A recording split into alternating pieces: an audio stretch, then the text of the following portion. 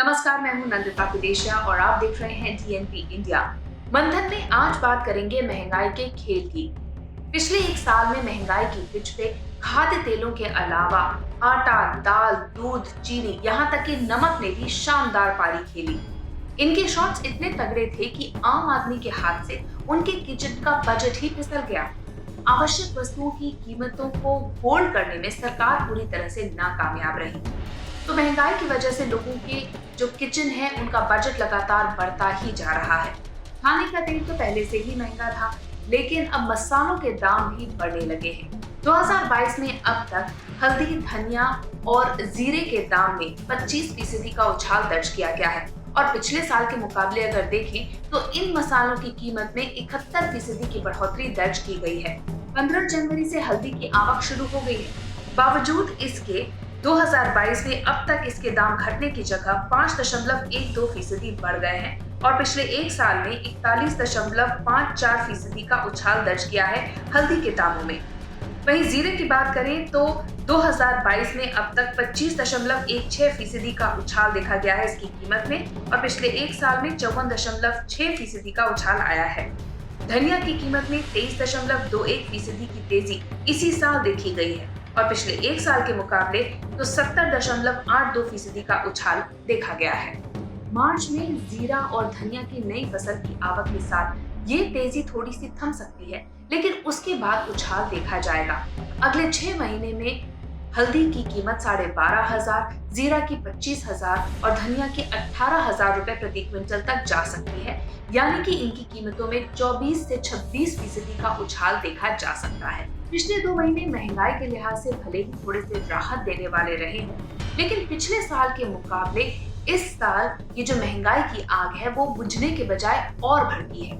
हालत ये है कि पिछले साल फरवरी के मुकाबले इस साल फरवरी में आवश्यक वस्तुओं की कीमतों में सबसे ज्यादा उछाल सरसों के तेल की कीमत में देखा गया है। 7 फरवरी को देश में सरसों के तेल की औसत कीमत 143 रुपए 21 पैसे प्रति किलो थी, जो कि 7 फरवरी 2022 को 32.09% महंगी होकर 179 रुपए 16 पैसे प्रति क्विंटल तक पहुंच गई है। अंतर्राष्ट्रीय स्तर पर कच्चे तेल की कीमत में भारी उछाल के बाद पिछले 3 महीने से हमारे देश में पेट्रोल के दाम में कोई बदलाव नहीं किया गया है, लेकिन ये स्थिति ज्यादा देर तक रहने वाली नहीं है। उत्तर प्रदेश समेत 5 राज्यों में विधानसभा चुनाव खत्म होने के बाद एक बार फिर से पेट्रोल और डीजल के दामों में उछाल आने की संभावना है। अंतर्राष्ट्रीय बाजार में कच्चे तेल की कीमत में 4 नवंबर के बाद 12 रुपए प्रति बैरल यानी 15% की तेजी दर्ज की गई है। अंतर्राष्ट्रीय बाजार में कच्चे तेल की कीमत $93 तक पहुंच गई है, लेकिन हमारे देश में दिवाली के बाद से पेट्रोल और डीजल के दामों में कोई बदलाव नहीं किया गया है और इसकी वजह से हमारी सरकारी तेल कंपनियों को 8 से 10 रुपए प्रति लीटर का घाटा हो रहा है। कई एक्सपर्ट इसे बीजेपी की तरफ से चली गई एक सोची समझी चाल मानते हैं, क्योंकि फिलहाल देश में उत्तर प्रदेश, पंजाब सहित 5 राज्यों में विधानसभा चुनाव होने वाले हैं। एक अनुमान के मुताबिक इस फैसले से सरकारी खजाने को फाइनेंशियल ईयर 2021-22 के बचे हुए दिनों में 45,000 करोड़ रुपए का और सालाना आधार पर 1 लाख करोड़ रुपए का नुकसान होने का अनुमान लगाया गया है। लेकिन इसके बावजूद चुनावों को देखते हुए मोदी सरकार ने इतना बड़ा रिस्क लिया है। पिछले कुछ सालों में मोदी सरकार विधानसभा चुनावों से ठीक पहले पेट्रोल और डीजल की कीमतों में बढ़ोतरी करने से बचती रही है। हालांकि चुनाव खत्म होने के बाद वो कीमत बढ़ाने में जरा भी देरी नहीं करती। नवंबर 2021 से पहले कोरोना काल में मोदी सरकार ने पेट्रोल और डीजल पर एक्साइज ड्यूटी कई गुना बढ़ा दी। आखिर कच्चे तेल की कीमत में उछाल क्यों आ रहा है, ये आपको बताते हैं। रूस और यूक्रेन के बीच में जारी तनाव की वजह से अंतर्राष्ट्रीय स्तर पर कच्चे तेल की कीमत सोमवार को $94 प्रति बैरल पर पहुंच गई। 2014 के बाद ये पहला मौका है जब कच्चे तेल का दाम इस स्तर पर पहुंचा है।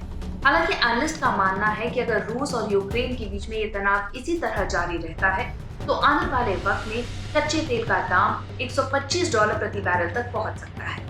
अगर अपने देश की बात करें तो चुनाव होने के बाद निजी तेल कंपनियां पेट्रोल और डीजल के दाम में भारी बढ़ोतरी कर सकती हैं, ताकि अभी हो रहे नुकसान की भरपाई की जा सके। फिलहाल दिल्ली में पेट्रोल 95 रुपए 41 पैसे प्रति लीटर और डीजल 86 रुपए 67 पैसे प्रति लीटर बिक रहा है। लेकिन अगर तेल कंपनियां अंतर्राष्ट्रीय कीमतों के हिसाब से दाम बढ़ाती हैं, तो आने वाले दिनों में दिल्ली में पेट्रोल की कीमत 105 रुपए प्रति लीटर और डीजल की कीमत 96 रुपए प्रति लीटर तक जा सकती है। अगर ऐसा होता है तो इसका महंगाई पर व्यापक असर होगा। कंज्यूमर्स के लिए एक साथ भारी भरकम बढ़ोतरी के बजाय थोड़ा थोड़ा कीमतों में उछाल को झेलना आसान होता है। अगर भारी भरकम बढ़ोतरी होती है तो इससे ट्रांसपोर्टेशन कॉस्ट बढ़ जाएगी और इससे तमाम चीजों के दाम बढ़ जाएंगे। महंगाई एक तरह से बेकाबू हो सकती है। साथ ही इससे ब्याज दरें और इकोनॉमिक रिकवरी भी प्रभावित हो सकती है। हमारी इस रिपोर्ट के बारे में आपकी क्या राय है, कमेंट सेक्शन में जरूर लिखिएगा। साथ ही अब तक अगर आपने हमारा चैनल सब्सक्राइब नहीं किया तो जल्द ही इसे सब्सक्राइब, लाइक और शेयर कीजिए। नमस्कार।